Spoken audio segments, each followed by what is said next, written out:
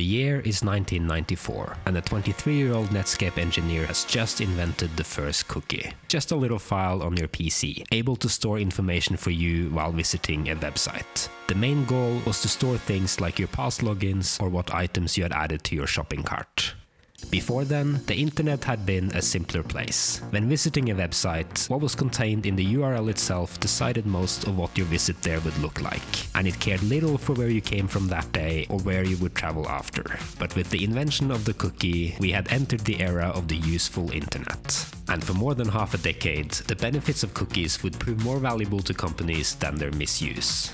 Then the 2000s rolled by, and certain internet services had become ubiquitous across the internet, such as image hosts, storage servers, and dedicated analytics. And these services could now use cookies to read and write data every time they were accessed. And since you gave away a little more information each time, tracking you across the internet became trivial.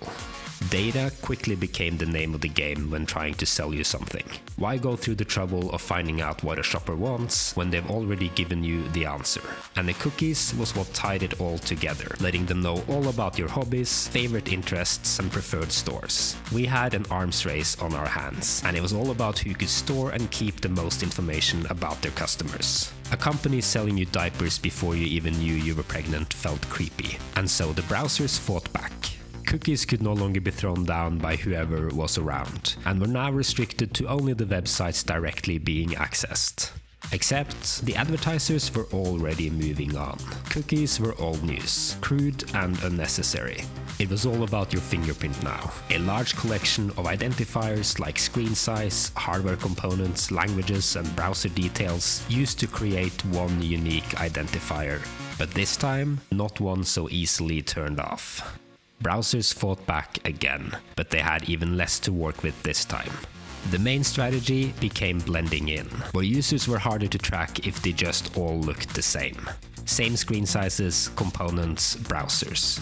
However, the war was about to change one last time, but with a blow much more devastating this time. The age of monopolies were upon us at last. Why sneakily track users at all when you can just have them track themselves instead?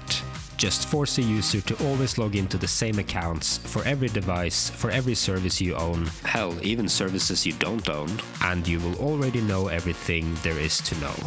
A couple of companies control everything now, and tracking you across music streaming, social media, work, shopping, it's all trivial when you've already helpfully identified yourself.